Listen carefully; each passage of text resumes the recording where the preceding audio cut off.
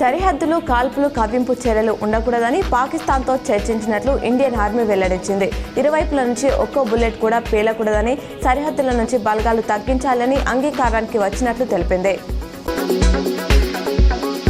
ఒకవైపు శాంతి చర్చలు జరుపుతూనే భారత్పై పాక్ దాడులకు తెగబడుతుంది. తాజాగా జమ్మూ కాశ్మీర్లోని సాంబాలో పాక్ డ్రోన్లు అటాక్కు రాగా భారత వైమానిక రక్షణ వ్యవస్థ సమర్థంగా అడ్డుకుంది. అటు పాక్ సైన్యం కాల్పులు కూడా జరుపుతుంది. అయితే అప్పటికే సాంబా వ్యాప్తంగా అధికారులు బ్లాక్అవుట్ ప్రకటించారు. మరోవైపు పఠాన్కోట్, అమృత్సర్లోని డ్రోన్లు దాడి చేస్తున్నాయి. దీంతో అమృత్సర్లో 3 పౌర విమానాలను రద్దు చేశారు. మంగళవారం సందర్భంగా నగరంలోని సార్వజనిక గణేశాలయం, ఎన్టీఆర్ చౌక్లోని శుభం కరోతి కళ్యాణ గణపతి ఆలయాల్లో భక్తులు సందడి నెలకొంది. పెద్ద ఎత్తున భక్తులు హాజరై మొక్కులు తీర్చుకున్నారు.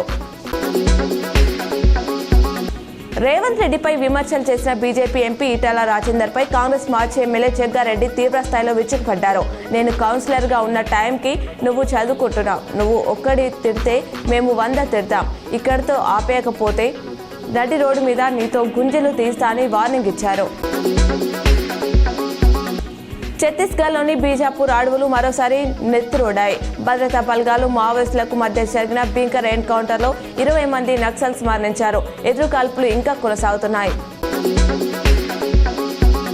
తెలంగాణ భూములను సీఎం రేవంత్ రెడ్డి స్టాక్ ఎక్స్చేంజ్లో కుదవపెట్టి రాష్ట్రాన్ని ఇబ్బందిలోకి నెట్టేస్తున్నారని నిజామాబాద్ ఎమ్మెల్సీ కల్వకుంట్ల కవిత ఆందోళన వ్యక్తం చేశారు. రాష్ట్రంలోని 1.75 లక్షల ఎకరాల టీజీఐఐసీ భూములను స్టాక్ ఎక్స్చేంజ్లో తాకట్టు పెట్టడానికి కుట్రలు చేస్తున్నారని ఆరోపించారు. ఆ ఆధారాలని బయట పెడుతున్నారని పేర్కొన్నారు. నైరుతి రుతుపవనాలు జూన్ మొదటి వారంలో రాష్ట్రాన్ని తాకే అవకాశాలున్నాయని వాతావరణ శాఖ అంచనా వేసింది. గతేడాది మే 30న దేశంలోకి ప్రవేశించిన పవనాలు జూన్ 8న రాష్ట్రాన్ని తాకాయి. అదే ఈ ఏడాది మే 27నే కేరళలోకి ప్రవేశిస్తాయని ఐఎండీ అంచనా వేయడంతో జూన్ 5 లోపే రాష్ట్రంలో ప్రవేశించే అవకాశం ఉంది.